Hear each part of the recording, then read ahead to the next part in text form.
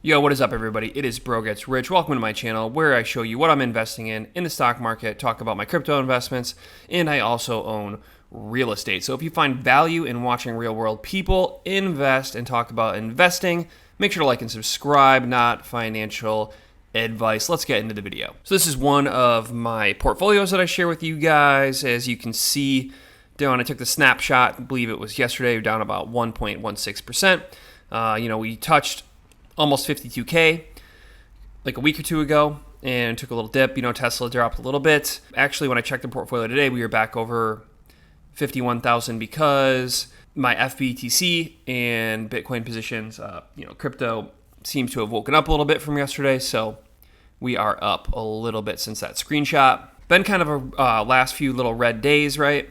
Looking at all these positions. The only ones I've been buying in this account, pretty much a little bit of FBTC, QQQ every day.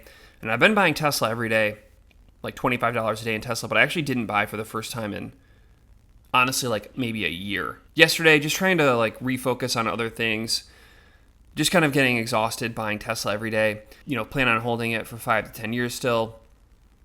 I'm just kind of exhausted by it, honestly, at this point. I've been buying so much. I've been buying literally, like I said, every day for like the past year. My position's kind of big enough, and I think there's other things that I would prefer to do with my money. Of course, if Tesla goes to like $2,000 a share in 2030 or whatever, obviously I'm not going to be too happy that I didn't keep buying right here. But, I've made my peace. I'm not saying I'm not going to buy some more. I definitely probably will. Just kind of slow it down a little bit and also just maybe wait and see, if we go back down to like that 140, 150 range, and I'll go in a little bit heavier. So this is just the daily return on these ones, but then this is my spot Bitcoin and spot ETH position that I make up part of the grander part of this portfolio. And as you can see, I am up 140% total on my Bitcoin position and 115% on my Ethereum position. Definitely, this Bitcoin position is a long-term hold for me, like 10, 20 years, honestly. Just going to keep it in there, let it ride, let it see what happens. This Ethereum position, I'm going to look to offload, hopefully somewhere between $6,000 and $10,000 Ethereum price. Just going to kind of monitor the Bitcoin price, not trying to get greedy with it.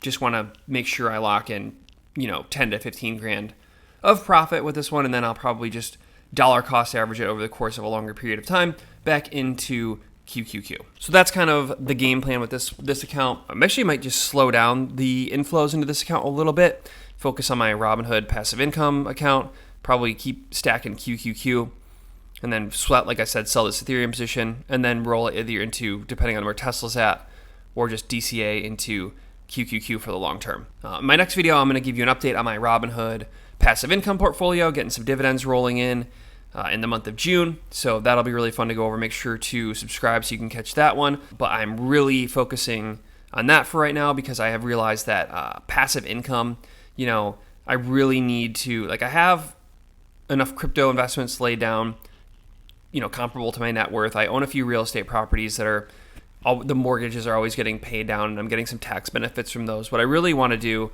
while I'm at this point in my life that I have a few $1,000s to invest every month is just hammer this passive income portfolio. So speaking of the crypto market real quick, you can see Bitcoin is back above 70,000. Also Solana's up, almost 2% in the 24-hour period. So, crypto, Twitter, or X is really a buzz right now, talking about how we're going to make the next big leg up in the market soon, how we're kind of coiling up and there's going to be a big spring upward soon. So I'm not a price predictor. I am just a long-term holder, and that would be very cool.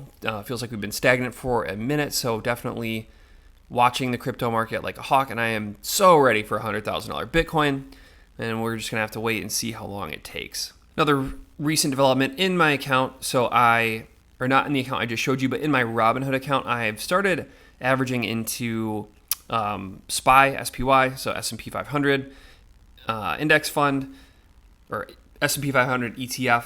And this stock doesn't really necessarily fit into the aggressive passive income strategy, right? Like the dividend yield is not super great. It's only 1.34%. But the reason I started this is because I have a lot of high risk positions. I mean, I also have, the majority of my net worth is in real estate. But in my stock accounts, I have enough high risk position, in my opinion, due to my 5-figure Tesla position. And then I also am really exposed to crypto.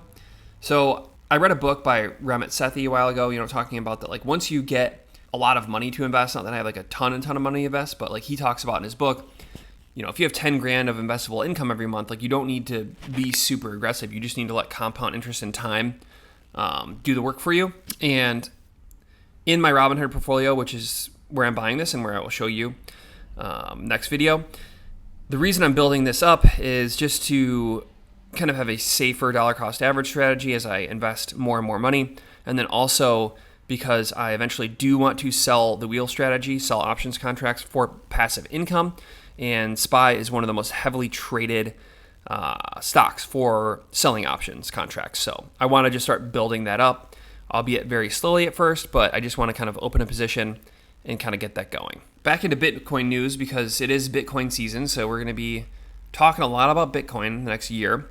But BlackRock, their ETF IBIT surpassed GBTC to become the largest Bitcoin ETF in the world. So that is definitely cool. I'm sure BlackRock is super thrilled, and I'm sure that GBTC is not.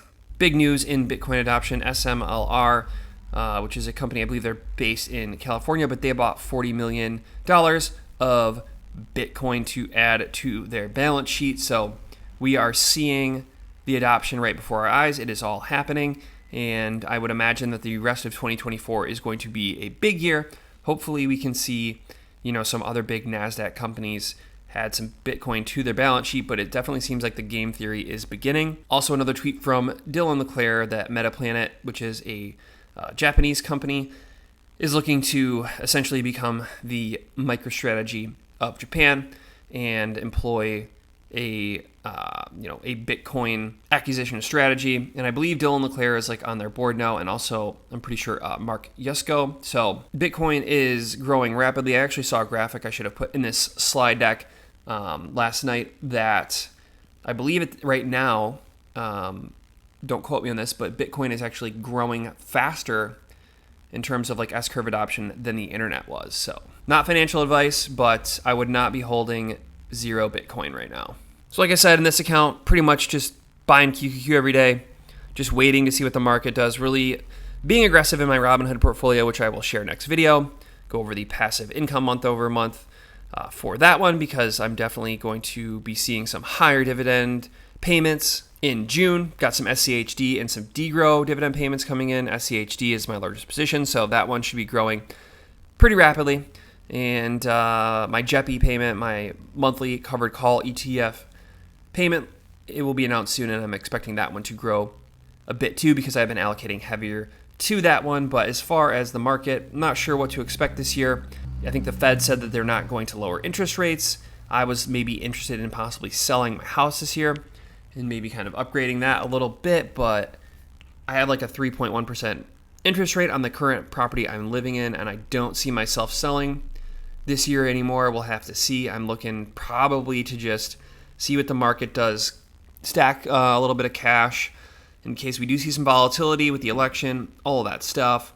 Obviously, there's a lot of global stuff going on, global conflict, so I am just kind of chilling, hoping that my crypto investments pan out over the next 12 years and I can rip a bunch of cash out. And that is pretty much what we're doing, trying to stay healthy, trying to get wealthy. My name is Bro Gets Rich. Make sure to like and subscribe. Not financial advice. I'll catch you next time. Peace out.